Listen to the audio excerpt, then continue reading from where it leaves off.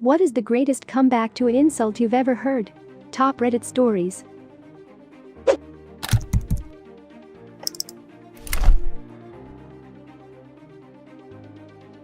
A friend in high school on our way to a track meet.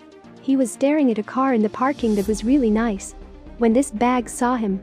Bag. Why bothering looking at that when you know you'll never be able to get one? My friend. The same reason you watch porn. The entire bus erupted and it's still one of the funniest things I've ever heard. A dude in my class called out a semi-friend of mine that people are talking behind his back. In fact, that wasn't the case, as far as I know, and that guy said, "Well, you know what to say about you? Nothing, nobody fucking cares. I'm just impressed that you're friends with a semi. Autobots, roll out." It's gotta be the aliens locker room scene for me. Hudson. Hey Vasquez, have you ever been mistaken for a man? Vasquez. No, have you? Edit. Brain jerked with the film title. So there was two girls fighting, and one of them looks at my sister who is minding her own business and says, "You go to hell too." My sister, "Do you want me to say anything to your mom?" My sister started saying go to hell as a moody, often rude teenager. She is a couple of years older than me. One day she said it to me after she'd been chastised by our dad for something she had done.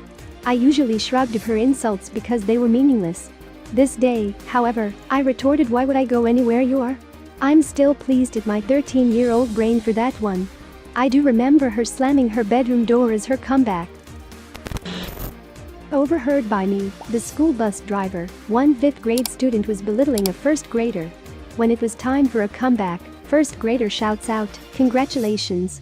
The bewildered 5th grader had nothing to say and went to sit down with her friends in the back of the bus. Okay, that's kind of fucking adorable. Context.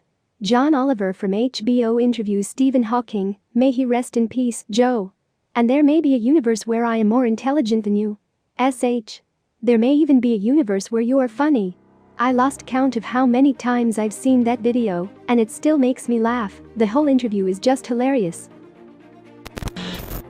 Joe Pine interviewing Frank Zappa. "Joe. I guess your long hair makes you a woman. FZ. I guess your wooden leg makes you a table. How does a dude named Pine have a wooden leg? What if it's mahogany or oak? Hahaha, I didn't even think about that. Good stuff."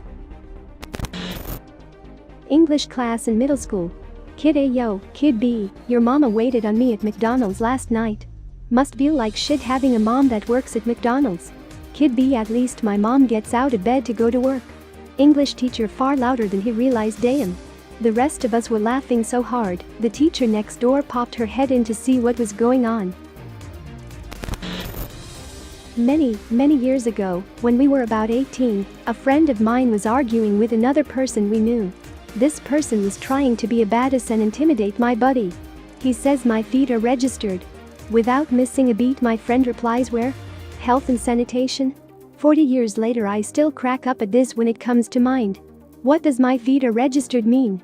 He meant that he was an expert martial artist who had to register with law enforcement because his feet were lethal. In reality, they were. But only because he stunk from infrequent bathing. I asked my mother why she always wears makeup despite being in her 40s. She told me she wears makeup so she doesn't look like me. Edit. I was 9. A guy makes fun of his bald friend by rubbing his head and saying, "Wow, your head is as smooth as my wife's bottom." The friend also rubs his head and says, "Wow, you're right. That had to hurt." I used to work with this like 70-year-old woman. She was our supervisor, and one day one of the ladies who worked with us told this old lady to kiss my ass, and the old lady replied, "Where do I start? You're so fat your crack goes all the way up your back." Gran, how many times do we have to tell you? We are not a crematorium. My best friend. After an argument with some kid from our school in a shop, we began walking away down the street. Kid. "Where you going, pussy?" Friend. "Your mom's house." Kid. "My mom lives the other way, idiot." Friend. "Nah, I meant your real mom."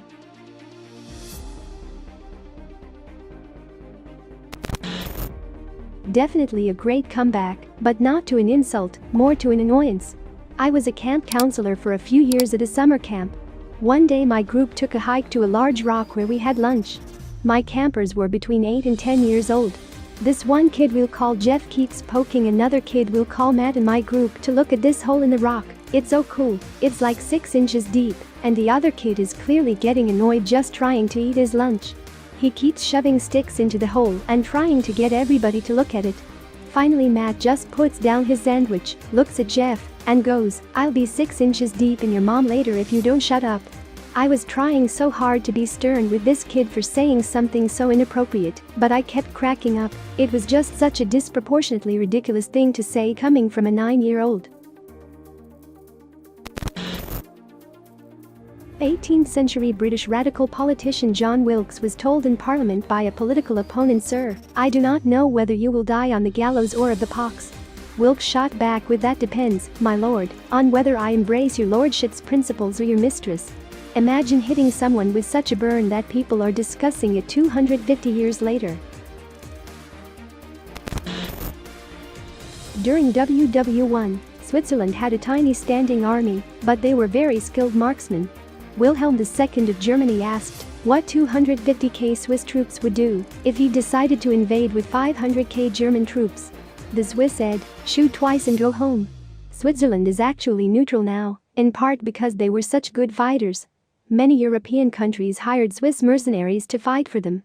At least, that's what I heard in a YouTube video. Yeah, but nowadays is just to avoid getting wrecked by any enemy Switzerland might face, since it is in the middle of Europe, and with a very small army. On a construction site one afternoon, different trades were working in the same area. Like silly team sports, the Sparkies always hang with the Sparkies, and the Turd Wranglers always hang with the Turd Wranglers, and anytime they're together, it turns into a pointless dick measuring contest, usually not literally. One particularly childish exchange saw two men chopping back and forth, "My dick biggest, blah blah blah." Finally one of them spits out this classic, "I've got girth like a can of corn." And the clap back was unforgettable. "But you've got length like a can of tuna." Everyone busted up. Mr. Girth tried to hide his embarrassment, but was tied up. No comeback. And a room of men laughing uncontrollably. Good times. I was the one insulted, but not the one with the comeback. I was out with a co-worker and her friends and my buddy and I were leaving a little too early for her sensibilities. She jokingly got up in my face and said, "Smell that? Smells like pussy." A guy playing at the pool table next to us stepped forward and said, "I'm sorry, that must be me. I just ate." It was amazing. Smooth off. Goddamn. Chelsea handler told Russell Brand, "The way you are looking at me makes me wants to cover my vagina." He replied, "Ma'am, if I had a rubber glove, I'd do it for you." Crowd burst into laughter, and she even acknowledged that was good. Chelsea handler was doing a difficult interview with Kevin Spacey, so she offered him a Vicodin. He answered, "Do you have any left?" Not heard, but read. Easily the Spartans replied to Philip II of Macedon. As Philip II of Macedon was conquering Greek city-states left and right, Sparta was left alone. Philip had achieved a crushing victory, and Sparta was relatively weak and without walls. Philip sent a message to the Spartans saying, "If I invade Laconia you will be destroyed, never to rise again." The Spartans replied with one word, "If." This is actually where the word laconic came from. My grandparents used to bicker. My grandmother generally came out on top, as she was fierier. One time though, she was asking him to do a bunch of stuff, and he muttered, "If you'd lose some weight, you could do it yourself." She fixed her gaze on him and glowered, "I'm thinking of getting rid of about 200 pounds of useless fat." Immediately he replied, "You're going to cut off your foot?" Man, nobody bickers like old married couples bicker. They've had decades to perfect their craft. Also they know practically everything about each other, including what will really hit home.